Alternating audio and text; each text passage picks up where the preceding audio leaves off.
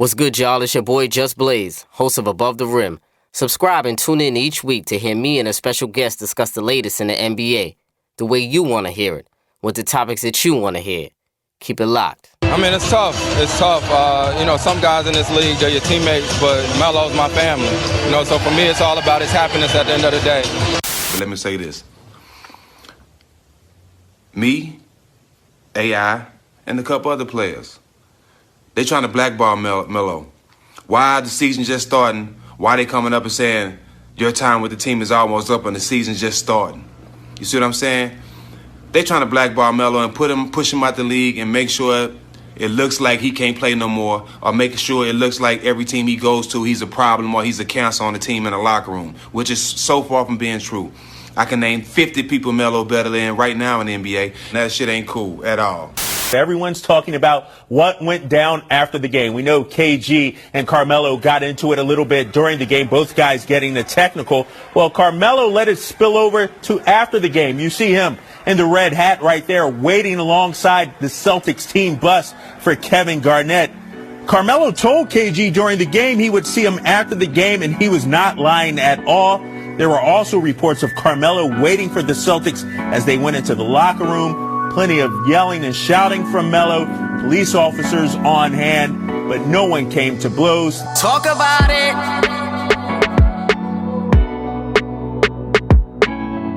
You are now tuned in to Above the Rim.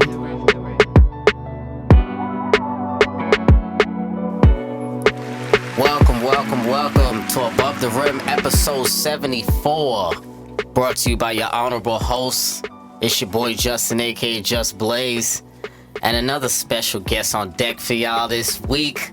One of my guys out here, BK, CEO of Rich Threads Clothing, my homie Reem. Fam, what's good, family? How you? What's good, man? I'm here, finally. Talking shit on Twitter, but I'm here. Exactly. So, fam, you can find Above the Rim anywhere you listen to podcasts, on iTunes, Stitcher, Google Play, Spotify, wherever. To get in contact with me or the show, you can follow me on Twitter at JustBlaze_513. IG is JustBlaze513, and on Facebook, just search Above the Rim Podcast, and also email the show as well at AboveTheRimNBAPodcast@gmail.com. Reem, where can the family connect with you, man? Everything Rich Threads, RICHE Threads, THREADS. Whether it be Facebook, Instagram, everything. Yes, sir. The website, richthreads.com. Check it out, family. Definitely. We got a 50% off Black Friday for all the people going on. So we go shop, show you love. Yo, show the love. Show the love. Also, if you got any feedback for the show, responses to the questions, call up the line, and that number is 908-718-1592. You can send the responses via email as well. And Reem, for our first topic this episode, we might need a moment of silence, man, for our fallen soldier. They do my man Melo dirty. Disgusting what they doing to Melo right now. Y'all heard the intro, and we gotta start off with my man Carmelo Anthony. Everybody knows I'm a fan of Melo. I brought my man Reem here because he is a fan of Melo as well, and they doing him dirty, man. I just can't believe this. 10 games in to my man Melo. So, if you didn't know, if you were living under a rock, as we all know by now, Carmelo Anthony is being waived from the Rockets after a grand total of 10 games. 10 games that he played for the Rockets. That's it. He averaged 13-5, 40% from the field that they complain about, 32% from three, which they complain about, 29 minutes, but he was in the 16th season, veterans minimum contract that my man Melo's on. And this one hit me in the heart, man, because Melo is one of my favorite guys in the league, and I put a lot of stock into this union with Melo, CP3, and the Rockets working this year, and I'm disappointed, man. I'm very disappointed, and I need you here to break it all down with me. And I wanted to read the statement, I don't know if you read it, Reem, that the Rockets put out when they were announcing his waiving. It said, but listen to the coded language in here. It was, the fit we envisioned when Carmelo chose to sign with the Rockets has not yet materialized. Therefore, we thought it was best to move on as any other outcome would have been unfair to him. So let's start here. Let's dissect this, right? First of all, the fit that we envisioned for Carmelo Anthony. I want to know what that fit was that you envisioned for Carmelo Anthony. Because what was it? Could you figure it out? For me, everybody's saying, Ariza, Luke Bahamute left, and then he was a Ryan Anderson replacement. Yes, thank you. Ryan Anderson can't play D, Melo can't play D. Melo's more confident with the 3-ball, and even if he's missing, he'll keep shooting. Ryan Anderson's going in the shell, he's not shooting anymore. Yeah. And then he's getting buried at the end of the bench because he can't do anything else. I agree. Melo could play decoy, he could pass a little bit. His only deficiency is really defense. And everybody knew that at 16 years in the league. Is that not common knowledge, though? Is that anybody who knows basketball, are you expecting Carmelo Anthony to be an elite defender? Carmelo in his 30th season, I wasn't expecting that. You know what I'm saying? Exactly. So I don't see the issue with it is, as you alluded to, that he said he replaced Ryan Anderson. That's what a lot of people forget. They forget Trevor Ariza and James Ennis was Trevor Ariza's replacement. Yes. And then they didn't really have a replacement for Luke really like that, but they were basically trying to emerge Gary Clark, the rookie, as a Luke replacement or another person in the rotation, or slightly Michael Carter Williams they thought would be a perimeter defender. Remember, they thought. Doodle. MCW, but I'm pissed off because I was a little bit high on him in the preseason because he did look good, man. In the preseason, I was fooled. My problem with the Rockets, what they don't allow the player to play their game. It's either a system, which is no system. It's ISO heavy for 2 players, pick and roll, and heavy switching. Other than that, like, you got Melo apologizing in the preseason for stepping back. I didn't like that, man.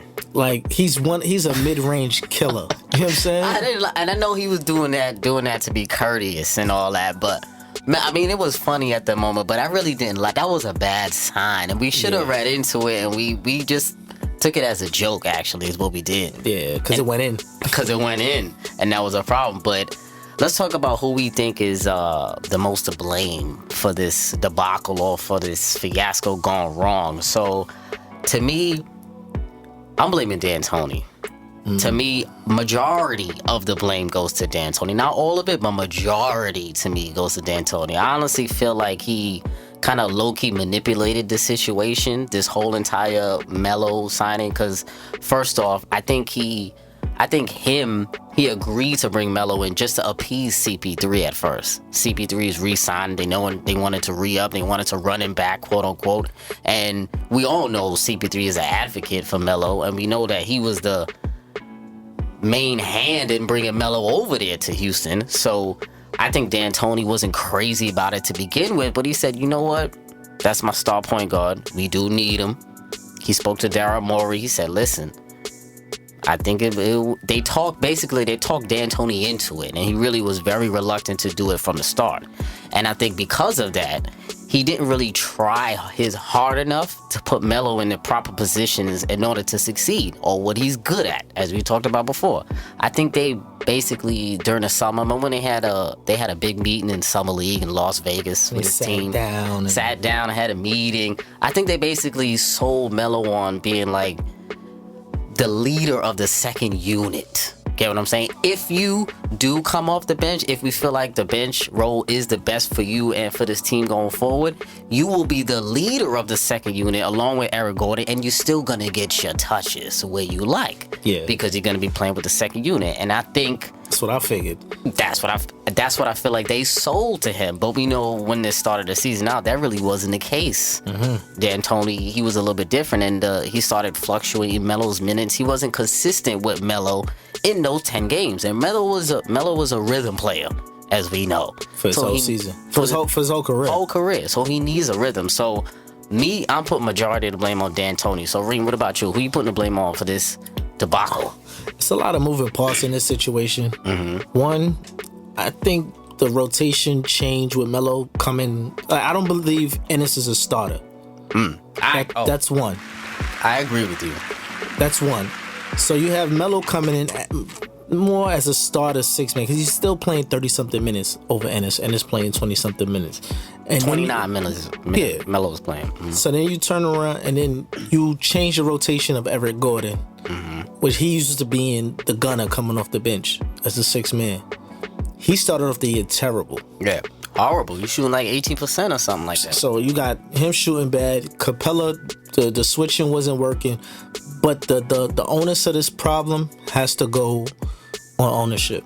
Oh, ownership. Okay. The reason I say ownership because they could have paid to enter the luxury if you really wanted to run it back. More Ariza than Luke Baamute. You could have got 2 simple players at Clark. To step up in a position like that. But if you really want to run it back, you bring back the same defensive thing, so the premise that they had, and then you got Melo for Anderson, and it works.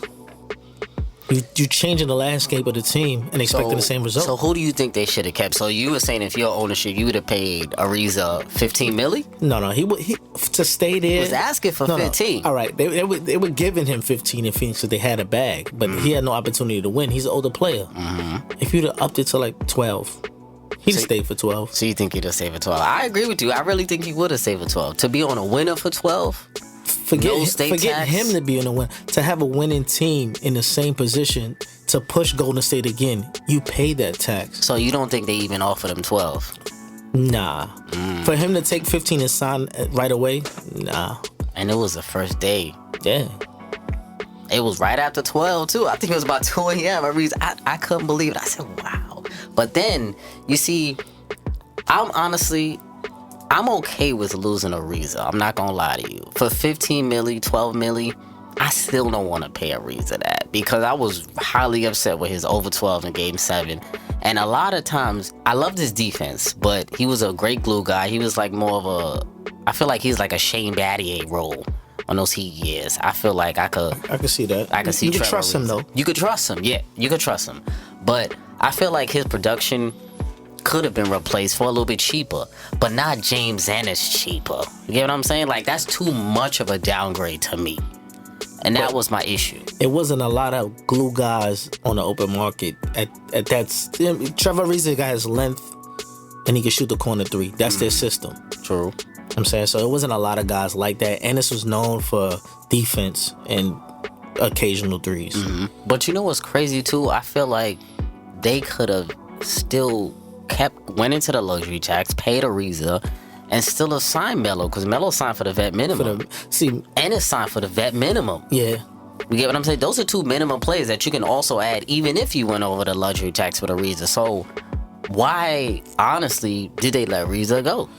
Where they messed up at, they paid a little too much to Clint Capella, I think. Too much attention to his contract? Me personally, I would have made him sign a qualifier. And if I knew prove himself. If I knew I was gonna lose Ariza this year, I'd have made him sign a qualifier. And I'd have gambled on what Boogie Cousins was looking like this summer. I mean, that's how I would have played. I know you're not a big fan of Capella right now, right? Well, no. It's not, I know. I like what he brings. I love what he brings. The only issue is he got paid almost max, and you can't give me anything else but what Harden or CP could give you on a drop down. Oh yes, you see, no offensive skill set from Clint Capella. No offensive. The hell is the word? Efficiency. Yeah, and I mean, like, he didn't even morph into a better offensive player during the summer. You see, he got his hair dyed. He's acting crazy right now. I seen that. I was disgusted off the tip. I said, "What is this?" I'll be on the mile. Yo, I don't know what was going on with my man Clint Capella. He got his check. He got his 94 mil, I think it was, 90 or 94 mil, and he dyed his hair. He got the shoulder cut, man. Come on, fam. I watched him get killed by Steven Adams. And I in that game in Oklahoma City, right? I said, this is the max player? I think you wrote me about this. That. Come on, dog. No, Clint had a really bad start to the season. He's been playing better lately, but still no offensive production from him on his own. Like, no low post moves.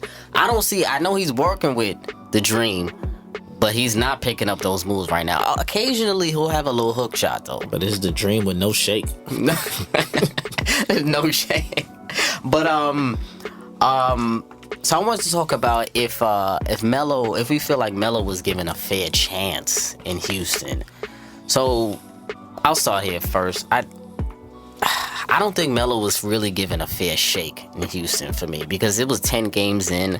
I feel like he was given an extremely short leash, shorter than any other player should have. And 4 out of the 10 games he played and he scored over 20. He was a major contributor when the Rockets played Brooklyn. I was there at that game. Okay. Melo was there. That was the last game. That's crazy, man. That's the only game I'm ever gonna see Melo in a Rockets uniform. That's wild. But he went off. He showed out. I was there at the Barclays that night. And from a 5-game span, Melo gave you 19 while shooting 49% from the floor in a 5-game span, and he only played 10 games. So, and the reason I'm bringing up his scoring is because that's what you pay this man for. Do you not sign Carmelo Anthony to score the basketball? As we alluded to before, you don't pay him for lockdown defense. And what was he doing for you? He was scoring. He may not have been the most efficient player in the league, and that was never Melo's thing, but he was adjusting to a different role. So sometimes you got to give rhythm players, as we talked about, a little bit more time. And also, I know a lot has talked about his defense and his defensive rating when Melo's off the floor. When he's on the floor is really bad. But honestly, when Melo was playing a lot of minutes, he was playing with 2 rooks. He was playing with Hartenstein, and he was playing with Clark a lot. And there's some CP sprinkled in there. Sometimes Tucker, sometimes Ennis, sometimes MCW in the beginning of the year. Green, also bad defenders. So, of course, Melo's not going to add to that. It's only going to make it worse. So I feel like that defensive rating is also skewed with Carmelo Anthony there. And I didn't really like that, man. So I don't feel like he was given a fair enough chance in Houston. I feel like D'Antoni had a lot to do with this, man. He pulled the plug very early because he wasn't feeling it and he never wanted it. So you think Melo got a fair chance, I should say? I think he might have decided location wrong on where he would have been able to get featured where Melo likes his touches. And I seen they had one of the broadcasters. Hold on, before we even get too far, I just feel like people sensationalize they post about Melo and talk so dirty about this man. It's crazy. A lot of dirt. It's blasphemy. So disrespectful. It's a lot of disrespect. But when it comes to giving a fair shake, he knew D'Antoni didn't like him. He knew he was a mid-range shooter that liked a lot of touches. And it wasn't like in New York. You know what I'm saying? Like people are, oh, Melo's a ball stopper. CP3 and Harden is allowed to play with the rock. All to isolate. Melo's not allowed to do that because, one, D'Antoni has his feelings about him, and then it's inefficient. So you think his feelings played a role into all this? Yeah, of course. Oh, okay. Because some people are trying to deny that online. I don't know if you've seen that on Twitter. This cat's denying that. I'm like, hold on now. Not at all. There's definitely some feelings in there. You can't say Melo is the bottom of your offense and he's inefficient and all that, but 3 or 4 shooters are shooting terrible. That's what I'm saying. At that point in time, I know CP3 is your man. Yes, he is. He was shooting 32% or something. Oh, he was playing bad. He was playing like shit. And Harden's turned over the ball. No excuse. Way too much. Eric Gordon couldn't throw the ball in the side of a barn. Terrible. The whole team was playing bad. But what I'm saying is, to get an emotion like that, to be the most efficient offense last year, it's because buckets were dropping. Yes, and if you got 4 of the top shooters shooting terrible, nothing opens up. Nothing opens up at all. And Melo is a rhythm player, so he's not getting those easy shots. And so I was saying all this. I want to talk really quick about if we think that Melo could have done anything better in all of this. Do you think that Melo could have done anything better on his end to make this work?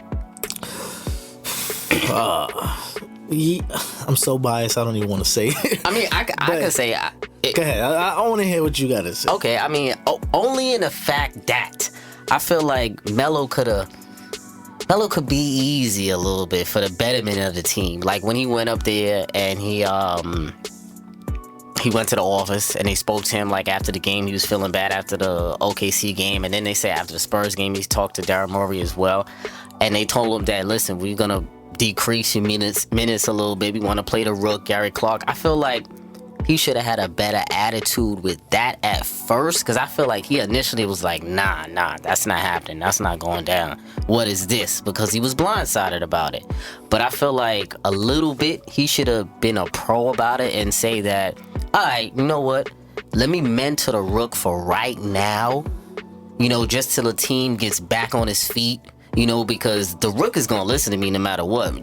Gary Clark, his favorite player growing up was Carmelo Anthony, which crazy it is. I read down the article. This is crazy. So I feel like he would allow Melo to mentor him. Mm-hmm. And I think that Melo should have just been easy a little bit. And you would have been playing in crunch time right now. And then you wouldn't be off of the team right now looking for a landing spot. So I feel like he should have been easy a little bit instead of overreacting and just do it for the betterment of the team. And just take the L, basically, is what I'm saying. Okay. All right. I see the angle with that. Is that fair? That's fair. I'll piggyback on that a little bit. I think in the beginning of the year, Melo should have came out and said, as soon as Derrick Rose said, I'm trying to be sixth man, he should have came like, you know what? It ain't going to be that easy because I've been the top scorer in the league and I'm going to man this second unit. And took that attitude. Whether you mean play, like said it in a press conference? Said it, like own it. Okay. Own that I'm going to be the sixth man of this team. Okay. And whether you have a couple people play more minutes than you, it's not who starts. It's who finishes the game. Exactly. It's who gets the last shot. And it's because at the end of the season, it's all about the game slows down. And it's perfect for Melo. Exactly. So we need you in sets where the three is not dropping. Ariza's not here no more. They're not going to miss 12 in a row. Melo get us a bucket. Because what they're not talking about in tabloids and all of this, that the most efficient person with touches down low is Carmelo Anthony. Yes. He's leading the league in points per possession in what? In post-ups or something like that. In post-ups 15 feet below. Yeah. They're not talking about the that, league. though. They're not saying anything about that. And this man is playing in his 16th season. You got to put the man in position to succeed. You have to. It's that simple. It's really that simple. And I want to talk a little bit about the way this all went down with Melo, because I feel like, to me, I'm looking at the organization a little sideways after. I didn't really I know they were professional. I'm not saying they were unprofessional and all this, but the reason why I say that is because I heard this clip from Stephen A. about how they handled this whole debacle and how Melo found out that he was being waived, and I wasn't really feeling that, man. To consideration as well, but I would tell you the one thing that left a bad taste in a lot of people's mouth in Houston, Max, Chris Paul and James Harden had no idea that Melo was on the verge of being released. They had no clue. Nobody spoke to them. Nobody talked to them. Melo walked in there to talk about what could he do to make the situation better, and from what I'm being told, was completely blindsided when he was informed that we're going to move in a different direction. There's a lot here. So with that being said, Melo was basically blindsided by the organization because it looked like he was trying to go up there, talk to Daryl Morey and them and say, how can I make this work? And that's why I said that after, because I wanted Melo to go do that. And it looks like that's what he was attempting to do.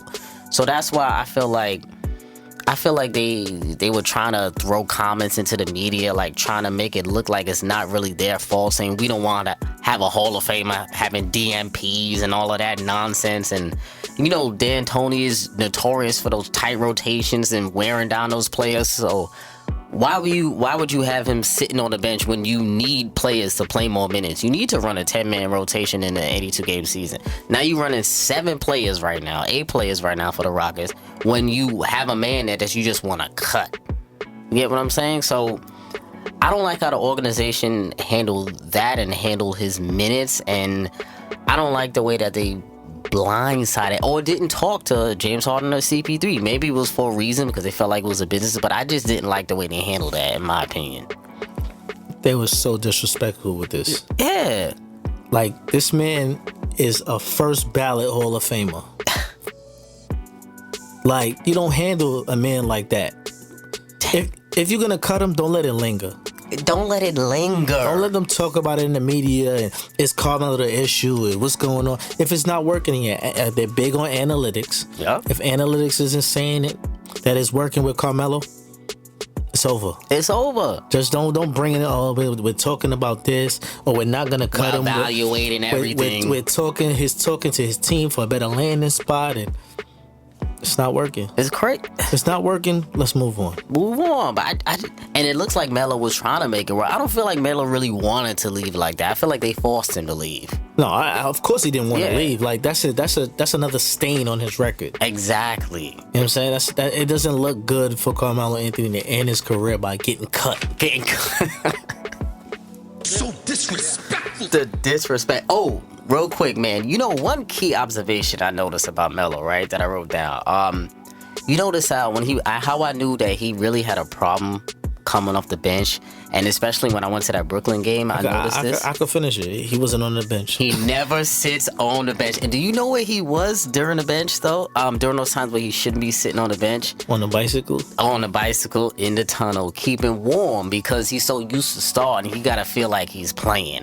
And to me, basically, when I heard that, I'm like, okay, so it really is a psychological thing, number one, with Melo was starting, which he does have to get over, but I guess it's going to take him some time. Go on the bike, whatever, keep you warm. It's not the same. But I feel like D'Antoni, the problem with that was that since he was in the tunnel riding on the bike, D'Antoni couldn't call him from the bench and say, yo, Melo, you in when you're ready. So he basically had to have his minutes on a schedule with D'Antoni. Like, listen, I need you to come off the bike at the 9-minute mark, come to the scorer's table and check in.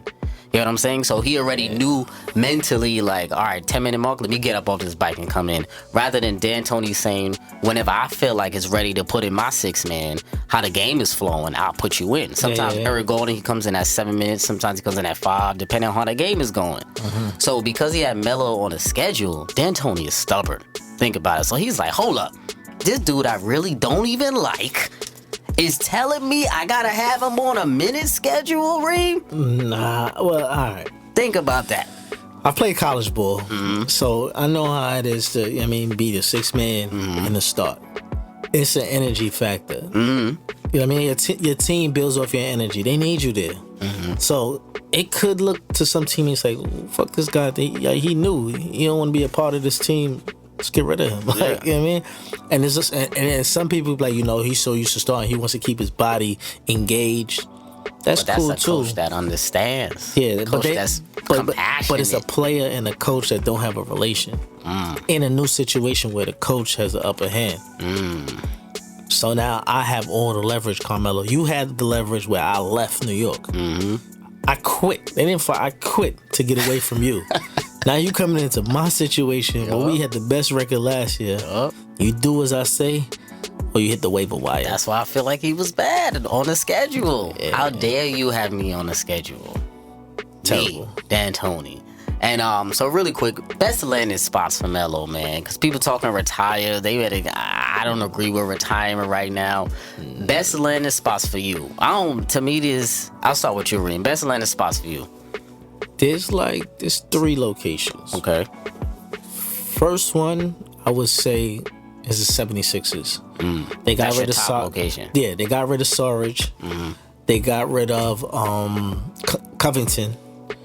So there's not a lot of shooting over there. Nah, it's only Wilson Chandler. They got Wilson Chandler. He just came off the injury list, so he's not really in the rotation. He should be out of shape. Muscala, but he's not. Listen to his name, B. That's nuts. Come on, Muscala. Come on. And I agree with you there, but the issue is that Melo might have to play some 3 over there, I feel like. Yes coming off the bench, no. But would he be okay with not having those touches? Because he's not really going to get that many touches. He's going to have to be a catch and shoot play over there, too. No. He could man the second unit. Because once Embiid take a rest, Ben Simmons he's not taking anything outside of the paint. True. You already know that. True. JJ needs somebody to create for him, and then they got Mr. Yips. Yeah. They really don't have anybody. I like him on Philly. I don't have a problem with him on Philly at all. And in crunch time, they really need somebody to really like. But they said that Elton Brand might not be interested in him, man. That's my issue. They gave Elton Brand a chance to be the veteran presence, so he better relax. He better take it easy. What about what do you think about Miami? How you feeling about Miami? Nah, Miami run too fast for him. Nah, see, I'm indifferent on man. I feel like he can be alright in Miami. I'm not gonna lie. If he was on Miami, I feel like they could definitely make the playoffs. They should be, but they're not in the playoffs right now. But I think with him, they'll be a tough 7th seed, 6th seed. But I don't really want Melo to go out like that, because to me, he'll be like a mercenary, just there scoring for no reason. No, it's not for no reason, because you got to remember, he is still top 10 in scoring, so he's trying to creep up that list. True. So there's reason to score buckets for Melo still, if he can't get the chip. That's what people forget. I don't feel like he's any... Where is he, 9 right now? 9th on the list, something like that. He's up there on the list. He is up there. I know he's top 20. I don't know if he... Is he top 10? He's top 10. Oh, okay. But him going to Miami might revive him, because they're very strict on that body fat. Yes, Pat Riley, boy. So he got to get that body fat tested every Sunday and Monday morning. So if he's over, he's gonna get fined, and by the All-Star break, he gonna be Denver. He gonna be Denver Melo again. Yo, listen, but I just need him to sign somewhere. They getting disrespectful with this Puerto Rico nonsense. Talking about Woj out here getting disrespectful, saying that the Puerto Rican national team. Come on. Got a contract from my man Melo. Nah. Come on, don't do him dirty like that, man. Melo, please get to a team soon. I need you to make call. Oh, what if he just call up and tell D'Antoni I'm sorry? Nah. That's over. I like him in San Antonio too. They don't want him, man. They already got Rudy Gay. That's what he should be right now. He should have took the L like Rudy Gay. When Rudy Gay, he had to come off the bench for a while. Then he worked his way back up to the starting lineup with Pop now. He looks good there. And believe it or not, there's a hole at the 4th spot in Denver where it all started. Would they take a stab? Well, he got to be coming off the bench there too. No, they're Millsap. Millsap is playing the 3 right now. They're starting some dude named Trevor Craig or something like that at the 4. Oh, Denver's bucket right now. Yeah. Listen, Denver's overrated to me. I'll tell you that right now. How you feel about him on Boston? No, I don't like that at all. I don't like that. There's too many cooks in that kitchen already. I only like Philly or Miami, fam. I don't like him on New Orleans. People are saying that. I could see him in Portland. Oh, I forgot about it. They've been trying to get him to Portland for years. I could see him in Portland. He might have to take the L. It might not be an L though, because he could get his shots up. L is in championship aspirations. Portland's not winning the title. Yeah, you're right. That's what I'm saying. You're right. Houston was his only realistic shot to a title. Philly is a tier below. You know, they need a lot to get over them, but I still don't know about Philly because I don't trust Ben in the playoffs yet. You know what I'm saying? So, Philly's not there yet, where Houston is at to me. See, but the 76ers will work better for him because it's a slower pace. The Eastern Conference is a little slower. Yeah, I like him in the They still East. throw the ball in the post. I like him in Philly. I mean, I don't have a problem with him in Philly, to be honest, bro. I really don't. I don't have a problem with Philly, but it's up to Philly to reach out. Melo. Damn it, Melo, man. You just made it. Should have made it work in Houston. Just be like, all right, I'll be a mentor. But on Houston really quick. My Rockets, we playing better right now. Okay. We smacked the Warriors, gave them a 30-piece, 20-piece, whatever it was. CP3 was quietly dominating the game with modest pedestrian numbers, but dominating. James Harden was playing well. James Ennis shut me up and was hitting some threes because I think Ennis is a bum. A bum. James Ennis is a bum. I'm not gonna lie. He's a bigger Corey Brewer to me. But I like this energy. He played well on defense. He had a lot of energy, a lot of back cuts. I was feeling him right there, so that was pretty good. Tuck was all over the place. So I like how Houston is going right now, but to me, they still got to upgrade on the wing. They got to give me a defensive wing, and they got to give me a backup big. And a defensive wing I feel like they could get is either DeMare Carroll from the Nets, Wes Matthews, who I've been calling for them to get. I think it's perfect for them. Wes Matthews. Hurt right now. I know. But he on the shelf. He'll be coming off the bench. So I could rock with it. Who else? What was the other one? Kent Bazemore that they've been trying to get for a while. I would even rock with a James Johnson that they were trying to get before in the summertime. I like him too. I always liked him for some reason. Yeah, good energy, good motor. Good motor. So I like him for Houston. It'll be a nice little toughness that they need. There's some grown men on Houston, so he will fit in well with them. I got one suggestion. Kenneth Fareed. Yes. Oh, yo, I was just sitting. I'm there with you. I don't know how much money he's making, but maybe I know that might be the reason. Sitting, but come on, man. Kenneth Reed, Houston, he'll be perfect on Houston right now.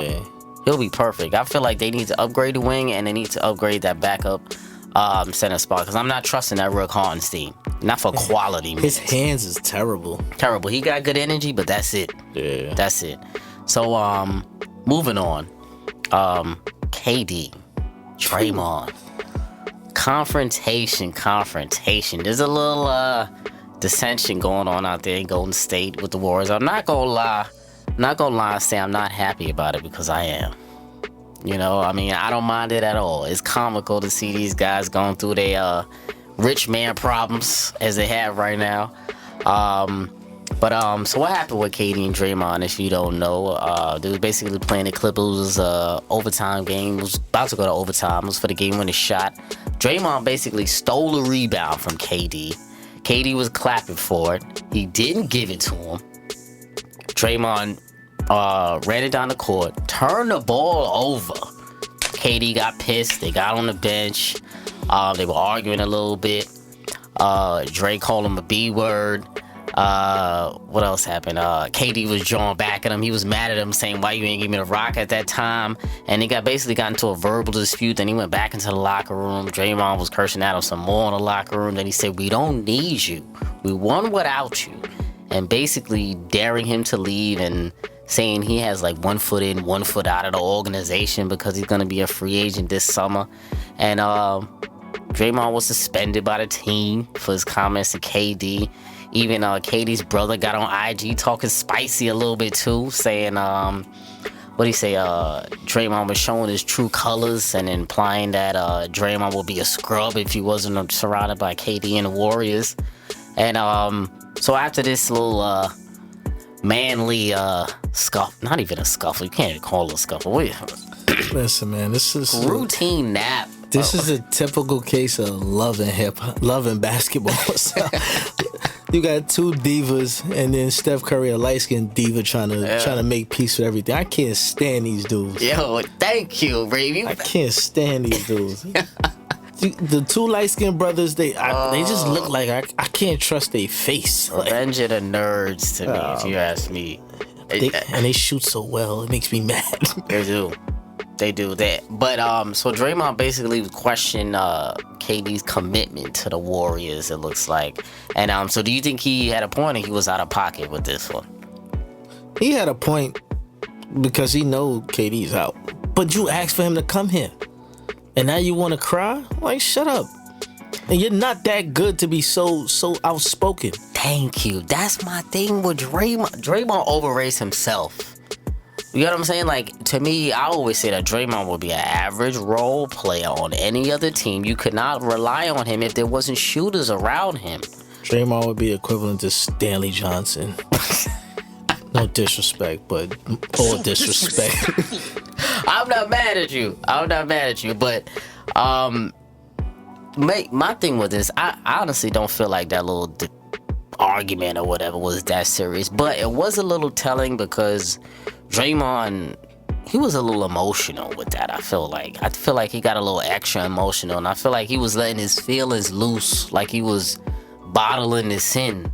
You know what I'm saying, about KD for a while, and he got mad that he was talking to him like he was a scrub, how he said, and talking about we won without you. I feel like he was just trying to hurt KD feelings, I guess, a little bit with that, saying we won without you, because you feel like that's probably a nerve. Maybe he told him something like that before. And so he was trying to shame him in front of the team. Draymond cried when he lost. He called KD. That's the end of the story. You called me to come save you.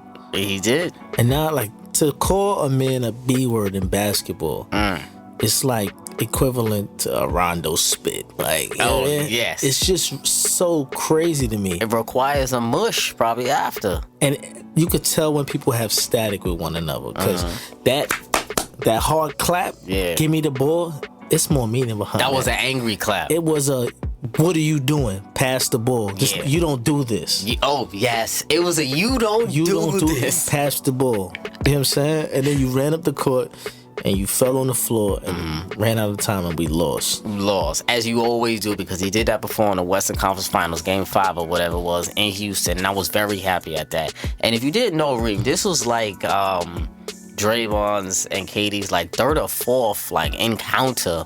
Altercation, whatever you want to call it. And this time that he's in. Also, you remember Bob Myers in the championship parade, he was saying Steph earned his contract because he's been here in the before days.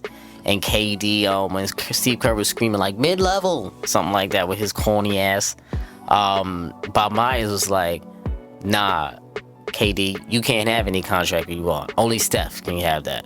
Basically like a shot to him, and the whole crowd was like, oh. But then he like played it off and stuff like that after. But it just showed to me that Golden State don't love you the way they love Steph. You know what I'm saying? To me, it's a different type of love that Golden State, the fan base, has for Steph than they have for KD. So I feel like KD, you gotta leave. But you gotta check the record without Steph. It's almost 500 without him. Or it might be a couple of losses. What are they? 3-4 losses now? Yeah, I think it's 4 in a row, something like that. Kevin, he missed like 11 straight threes, something like that. They made 4 versus Houston the other day. And none came out of starters. Nope. So it's like, you know what I'm saying? Like, Steph is the heart of that team. Yeah, he is. 100%. So he allows everybody else to play one-on-one. You know what I'm saying? KD is allowed to play one-on-one because they're not going to drop off your guard like they did Westbrook. They're gonna lock in on Curry. He's 7 feet tall. He's allowed to play one-on-one. He is. Enjoy this. Draymond, you better enjoy this because you go anywhere in the league other than Golden State, you might end up with Melo. Yeah, thank you. It's nuts. It is. And I agree there. And see, to me, that's why KD, I feel like he gotta leave, man. He gotta go. I mean, he has to go. He will never get the credit that he deserves, I guess we could say, or it don't even matter credit where that he go. Should get. He should, but he deserves the bag too. He gets the bag from anywhere. This is his last bag. So if they're not going to give him the max, he's going regardless. I think honestly he is going regardless, no matter what. I feel like he already planned like this is gonna be his last season. He wanted to come here to rack up the titles just to get his numbers up, and then try to go to a new team and win something there for another franchise that's never won, like maybe New York or Washington or something like that. If they start getting rid of Wall and Beal, as they're saying now, they might be a little bit more attractive to KD because all that dysfunction might be gone. Could be, you never know. That's a restart though. That is a restart. But if they keep one of them, say for instance they keep Beal, trade up Wall. Okay, I can see that happening. You get what I'm saying? Yeah. Beal and KD can mesh a lot better than Wall and KD can. With a pass first point guard. I can see it working. Exactly. And then they get another point guard from somewhere, which they can't acquire. If they see them building that up there, they can get another point guard over there. Just not Reggie Jackson. Please. Not Reggie Jackson, no. Of course. A distributing point guard. Yes, please. Rozier. Oh, I like that, Rozier. Rozier, Beal, and KD. Yes. That's solid. Dwight re-sign again for another minimum. First of all, they got to get rid of Otto Porter, to be honest. Yeah, you got to let Kelly Oubre run over there. Yeah, Kelly Oubre too. But that would be nice. But I feel like KD, he's got to bounce. To me, he's got to bounce. And how much do you think KD's free agency right now is impacting the Warriors this season? Do you think it's like in their minds every game throughout the season? Or how much do you feel like it's impacting the season? Or how much is it imploding on the season? I don't think they're really paying attention to it too much. I think the fact that they have a really poor bench. They don't have a bang off the bench this year. Yeah. You got rid of Nick Young. You got who I don't need Jordan Bell and all these other characters. Like there's nobody solid. Quinn Cook over there, Damian Jones. Yeah, nobody to make it go woo. Like I mean, I'm not worried about Livingston is still there. I'm not worried about him too much, honestly. He's a mid-range killer. Iguodala, he's a plug in, plug out player. But other than that, there's nobody that's really no spice off that bench at all. at all. It's like a real stale over there. That's their issue. They're banking on what The Boogie Cousin starters. would look like Yes. coming off the injury. Yeah, because they're going to be fluctuating them starters like that. I know it's keeping them Yeah, in. and then plugging him in and getting him in shape is another. They got a lot of obstacles ahead of them. They do. And to me, I don't feel like KD's free agency is really impacting them that much. I don't feel like they really think about that, to be honest. Honestly, I feel like Steph and Clay, Iguodala, I'll leave it in those three. I feel like they don't really care if KD leaves this summer or not, because I feel like those three think they can still win anyway. Draymond, to me, I feel like does have an emotional attachment to this KD thing because he was the person who recruited him here, and he was the person who talked probably Steph and Clay into bringing him in. Like, listen, this will be good for us. He's gonna adapt to us. You get what I'm saying? And now that KD's low-key starting to branch out and play a lot more one-on-ones, he got 2 finals MVPs now. KD is like, listen, give me the ball now. Listen, I already proved myself. So now it's a different dynamic. He's not really trying to fit in as much anymore. So I feel like Draymond is like, now my whole plan is going sour now because of this. So he feels a little emotional about it. And I think Steph and Clay and Andre, I feel like they're like, hey, yo, bro, if you want to go, be out. Honestly. Listen, Draymond just empowered KD to get to that level that he's at his Super Saiyan level right now. Mm-hmm. And wherever he goes next, he's going to get whatever he wants. Yep. As much shots as he wants. And you really can't steal his legacy because he already got the chips on the back end. Yep, that's true. Exactly. Versus Melo, he had everything front loaded on the beginning of his career, and at the end was missing all the chip. Yep, 100% true. I agree. And so shifting on, glad we brought up Jimmy Butler earlier because I wanted to talk about his fit with the 76ers right now, man, because they've been balling a little bit. It was time to speed up the process with Philly. They got Jimmy Butler for Robert Covington, Dario Saric, and Jared Baylor, somebody like that, some scrub. But Philly clearly won in my eyes. And Minnesota didn't even get a damn first round pick. Your star, the best player on your team, you didn't even get a first round pick for the future. You got 2 fringe starters. Covington is he's a solid piece, a solid role player. Saric, mediocre to me. I'm not feeling Saric, to me, honestly. Saric is not my guy. He's mediocre to me. He's solid. And Jimmy's averaging 19 for Philly right now. I'm not really. I'm feeling Jimmy's fit on him. So I want to talk about how much better did Jimmy make the 76ers. I'll start with you, Reem. Well, as we've seen yesterday, day before, he showed up to be a closer. He had a game winner. He is a closer. What he brings is a little bit more toughness. Mm-hmm. And Embiid is bringing finesse. Mm-hmm. That's a big.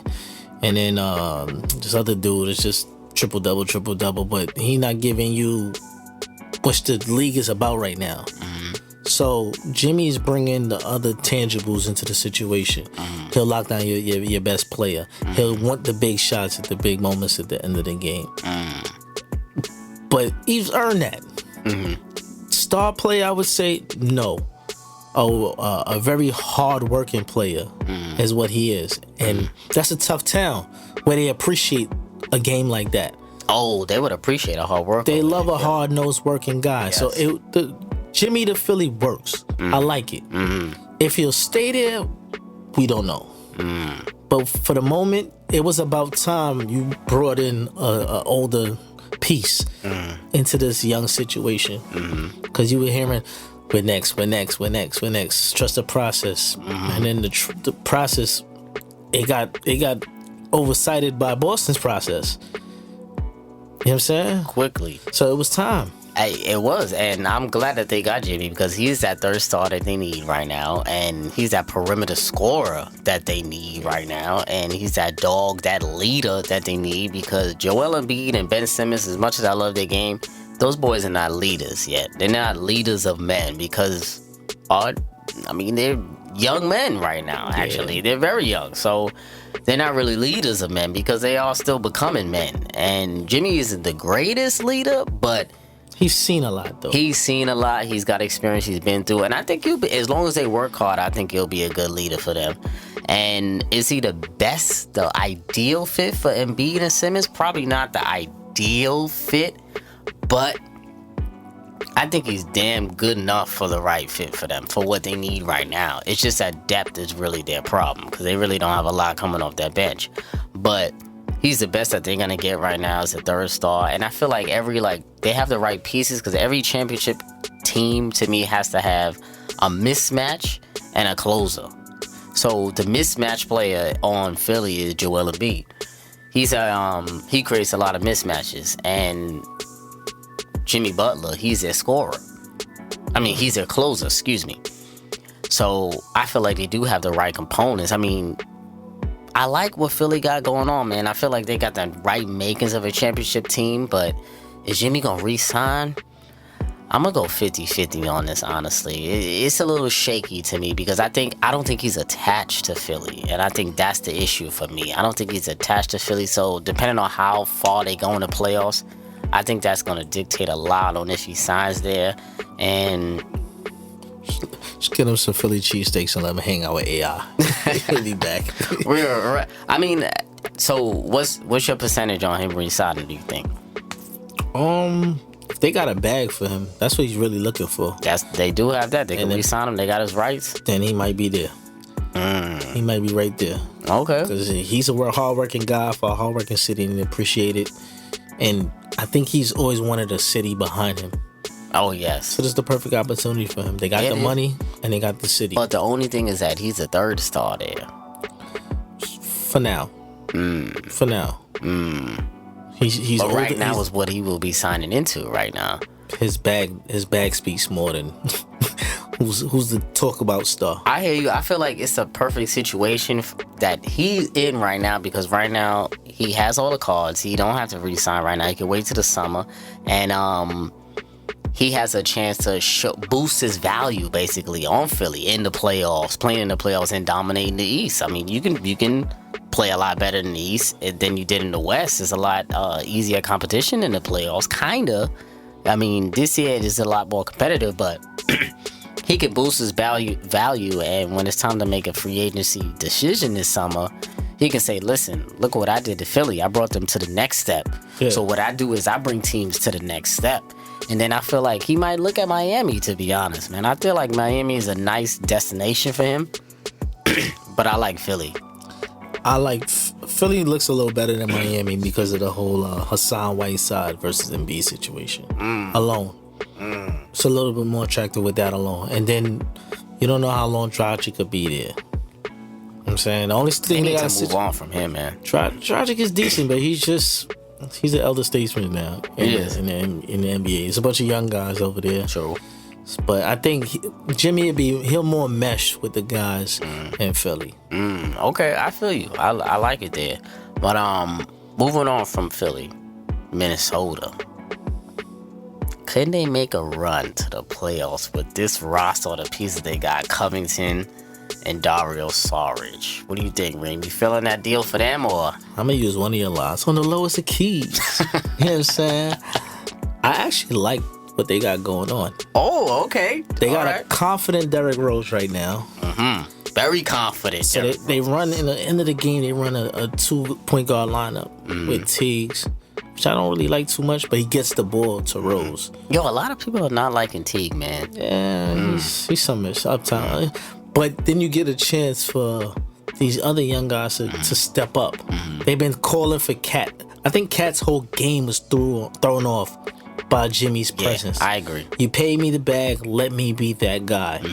So now he's out the way and heads are clear. Yeah. Now you got somebody you could throw it out to in Covington or Saric. That's a stretch because they said this other kid don't got no heart. We all know that already. Wiggins. I mean, you could find him on the bench somewhere. I know. In the crunch, and then you could bring in a guy like Covington who isn't scared to shoot the long ball. That's true. So it's spacing this, and you know Tibbs going to run them. Covington played 40 minutes his first day there. He did. You know what I'm saying? So it works. So I'm gonna ask you, Reem. So you know what my issue is? What my issue with the T-Wolves is? You tell me, who's the T-Wolves' second best player? Right now? After Cat, we know Cat is number one. After 2, who's the second best player? D-Rose. New D-Rose. How good is that, though? Retro D-Rose. Vintage throwback D-Rose. Step back in the time machine D-Rose. If you're telling me D-Rose is your second best player, think about that. How good is your team really? Barring injuries, you say D-Rose is your second best player. He's still... Right now, with Covington, with Wiggins, you telling me D-Rose is the second best player? Why not, though? I mean, I'm not saying you're wrong. I'm just saying. D-Rose is still one of the most athletic guys, one of the best finishers in the NBA, and the fastest guys. But I'm saying, if D-Rose is your second best player, like you're telling me, how far really can your team go? I don't think they're projected to really go that far. Making the playoffs was a big thing for them last year. They haven't made it since your coach. He's expecting playoffs. But he brought all these old guys in to form that. You know what I'm saying? Tips came, he put an older perspective on the team. Yeah. And they made the playoffs. So now he brought his guy, and he's just implementing the same brain waves into D-Rose. Hopefully get the max from him. I think he's gonna. I'm a little nervous about Tibbs. I don't want him D-Rose to start playing too good, and he runs him down again. Yeah, I'm a little worried about that, man. I'm worried about Cat. That's what I'm really worried about. Because you paid him already. So I want to see what is he gonna give? What is he gonna bring me? Now? Yes. I don't want to see him dye his hair neither, I'll tell you that. If the distraction of Butler was there, he's gone now.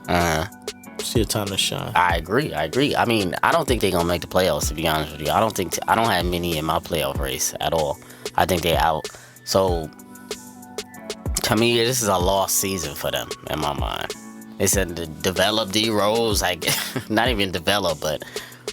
To me, it's a lost season right now, to be honest. Once Jimmy was gone, to me, that took playoffs off the table, because I don't think they're making the playoffs in that deep West with that roster.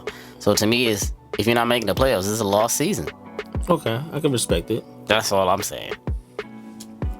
We'll see, man. We'll see. We'll see, Reem. So moving on, family. The crossover segment. Not a game. We talking about practice. Crossover segment, my G. Reem. For those my new listeners, I'll be throwing out player comparisons from different eras. My man Reem acts as GM, and he tells me who he would take out of the 2 in their primes if he was building a team. I got some good ones for you here, bruh. First up, are you taking a prime GP, the glove, Gary Payton, or Russell Westbrook? If you're building a team, let me give you the career stats. GP, 16 points per game, 3 rebounds, 6 assists, 1 steal, 46% from the floor, 1-time champ, 2-time All-NBA first team, 9-time All-Star, 9-time All-Defense, 1-time Defensive Player of the Year. Or the Brody, Russ, 23 points per game, 6 rebounds, 8 assists, 1 steal, 43% from the floor, 1-time MVP, 7-time All-Star, 2-time All-NBA first team, 2-time scoring champ. Reem, who you taking in their prime? In their prime, me starting a team, I love Russ's motor. I love his heart. He gives you everything he has every day. But I'm going with GP. Tell me why. Okay. GP locks up. He gave Jordan fits. Jordan's Jordan. He gonna get his, but he gives Jordan's fits. He's a pass first point guard. He couldn't really shoot, but he knew his pockets to score. I love a point guard like that.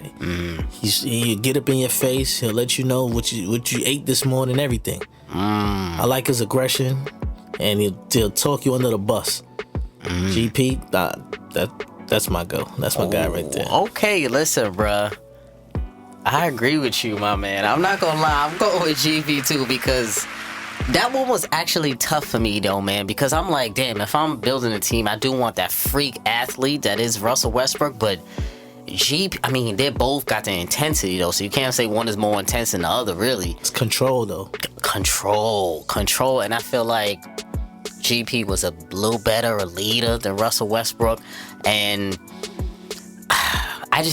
I'm a big fan of GP, man. I feel like because he was the best player on a finals team twice, right? He went to the finals twice, I believe, right? Yeah. With the Sonics, yeah. He was the best player on the finals team twice. That, to me, that got to give you that. That shows me a little something, that you're the best player on that team. You notice with Russ right now, it's him as the best player. He can't get you out the first round. That's a problem. His play style can't get you out the first round. So, GP, I'm going to go with, I feel like it's very tough, though. Very tight for me. Nah. Nah? Landslide. So disrespectful. Landslide? Landslide. Oh, landslide. Okay. It's just Russ. I Empty have stats? It's not that it's empty. It's just that his poor decision, man. He plays great for 3 quarters. At the end of the game, he gets like a brain fart. Oh, he always. He doesn't remember that he can't shoot. He's going 50 miles an hour. Pull-up jumpers. It doesn't do it for me. Yeah, I agree. It's bad. At the end of the game, and then when he's been the second best player, in his mind, he's still the first. Yeah, oh, yes. That doesn't mean anything to him. To him, he's always the best player on the team. But he is an alpha, so, I mean, I guess he can't turn it off, but... GP, landslide.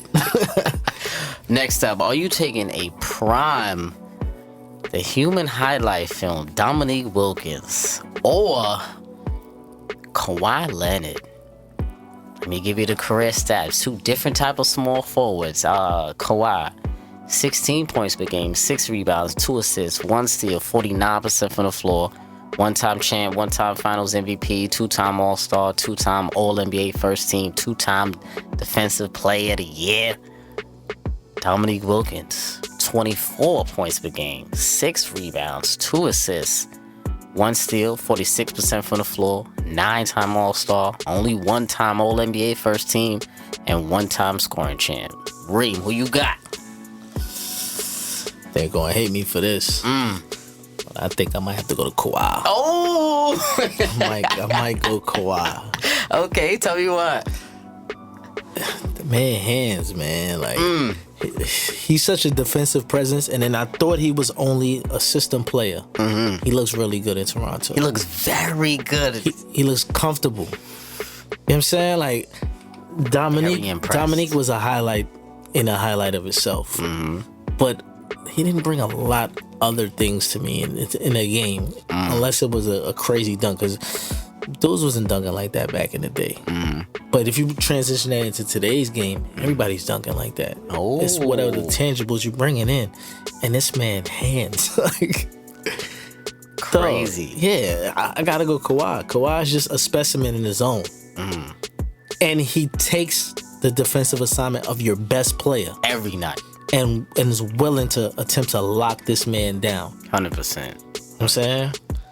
So I'm gonna go Kawhi with Don't this. go Kawhi. Yo, we 2 for 2, my brother. That's what I'm talking about. I was like thinking, is he gonna take Kawhi? Listen, man. Again, it was tough for me because Dominique Wilkins is a dynamite scorer. People are sleeping on his score, man. He did average 20 or 29 in the season. I think twice, 2 or 3 times. He was a bona fide scorer. He did get you to the Eastern Conference Finals by himself. Kawhi, I was like you. I was a little iffy on if he was a system player or whatever until he got here to Toronto, man. But I'm seeing him being a number 1 option.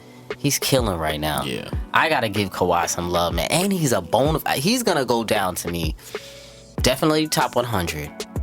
Top 50 is gonna be tough. I don't know. 75, I give him. 75? Top 75. Yeah, top 50 is tough, right? I said definitely top 100 for me. Yeah.